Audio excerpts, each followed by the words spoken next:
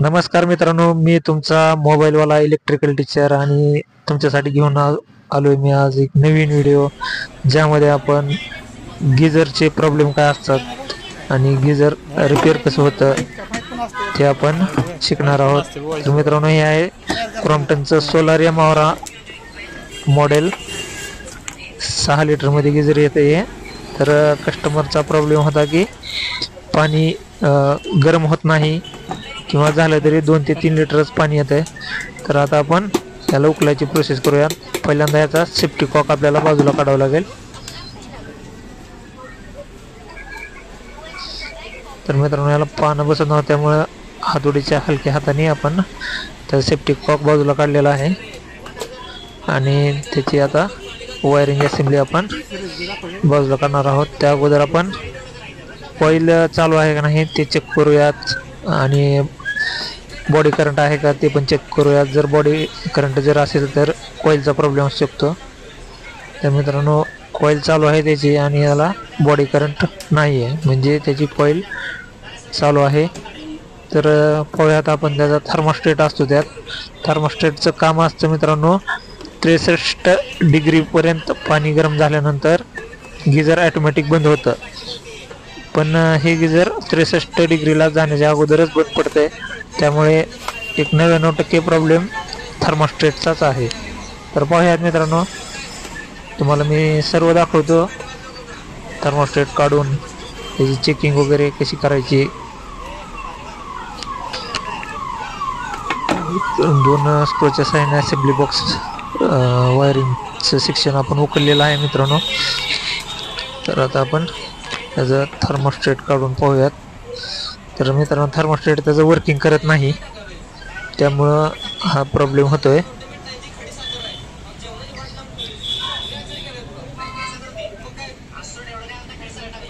तर मित्रांनो, हे थर्मोस्टेटचं काम असतं की गिझर चालू करणे आणि बंद करणे. ज्यावेळेस पाणी गरम होतं त्यावेळेस गिझर ॲटोमॅटिकली बंद होतं आणि ज्यावेळेस पाणी थंड होतं त्यावेळेस गिझर ॲटोमॅटिक चालू होतं. पण ह्या थर्मोस्टेटमध्ये प्रॉब्लेम असल्यामुळे गिझर चालू बंद होत नाही. तर आपण थर्मोस्टेट उकलून त्यात पण थोडा काय प्रॉब्लेम आहे का बघू शकतो, म्हणजे जेणेकरून थर्मोस्टेट बदलण्याची गरज पडणार नाही. तर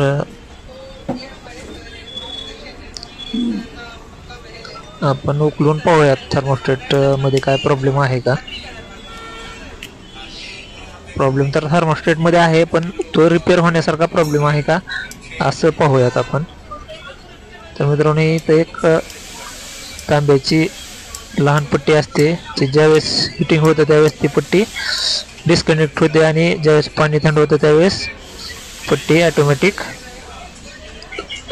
गिझरच्या सप्लायला कनेक्ट होत असते. पण मित्रांनो, हे थर्मोस्टेट रिपेअर होण्यासारख्या स्थितीत नाही, तर आपल्याला थर्मोस्टेट नवीनच टाकावं लागेल.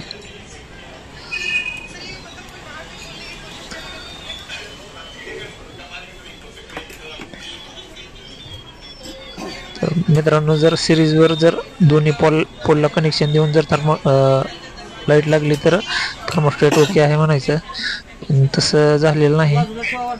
आता आपल्याला थर्मोस्टेट बदलण्याशिवाय पर्याय नाही. तर मित्रांनो, चला बदलूया थर्मोस्टेट. तर मित्रांनो, हे नवीन थर्मोस्टेट आहे.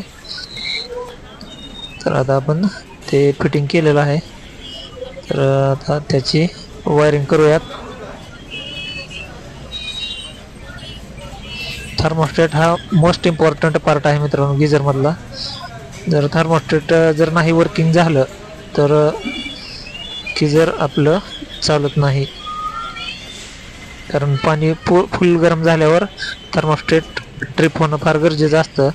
पण थर्मोस्टेटमध्ये प्रॉब्लेम जर असेल तर तसं होत नाही आणि गिझरमधून आपल्याला गरम पाणी येत नाही. मित्रांनो, असे छोटे मोठे प्रॉब्लेम असतात, तर ते आपण घरच्या घरी पण सॉल्व करू शकता, किंवा जे काम शिकायची ज्यांना इच्छा आहे ते पण या व्हिडिओद्वारे काम शिकून घेऊ शकता. तर मित्रांनो, आपल्या चॅनलला सबस्क्राईब करा. चॅनलचं नाव आहे मोबाईलवाला इलेक्ट्रिकल टीचर. तर मित्रांनो, मी मोबाईलवरून सर्व प्रशिक्षण देतो, त्यामुळे मी माझ्या चॅनलचं नाव मोबाईलवाला इलेक्ट्रिकल टीचर असं ठेवलेलं आहे. तर मित्रांनो, माझे जर व्हिडिओ तुम्हाला आवडत असतील, तुम्हाला जर काय महत्त्वपूर्ण माहिती मिळत असेल तर नक्की लाईक करा, शेअर करा आणि सबस्क्राईब करा. तर मित्रांनो, अशा प्रकारे आपलं गिझर रिपेअर झालेलं आहे. तर आता आपण त्याची वायरिंग असेंब्ली फिट करून घेऊयात.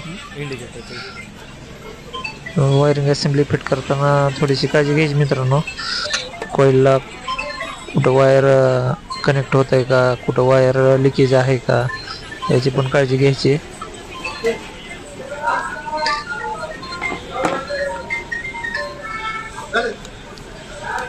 मित्रांनो, आपल्या चॅनलला लाईक करा, शेअर करा आणि सबस्क्राईब नक्की करा. तुमचा एक सबस्क्राईब म्हणजे मला अजून नवीन माहिती देण्यासाठी प्रेरणा देतो मित्रांनो.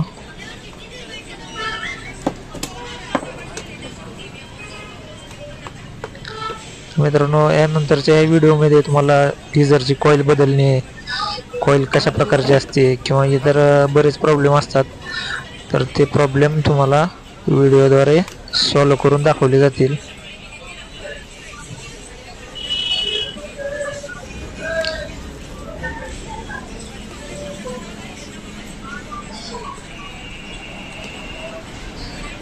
पाहू शकता मित्रांनो, आपलं गिझर रिपेअर झालेला आहे. आता त्याचा सेफ्टी वॉल आपण फिट करून घेऊयात.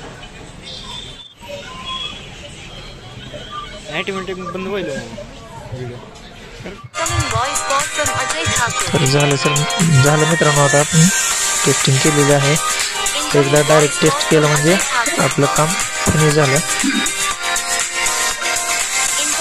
ओके, फिटिंगची लाईट लागलेली आहे. तर गिझर आपलं दुरुस्त झालेलं आहे. मित्रांनो,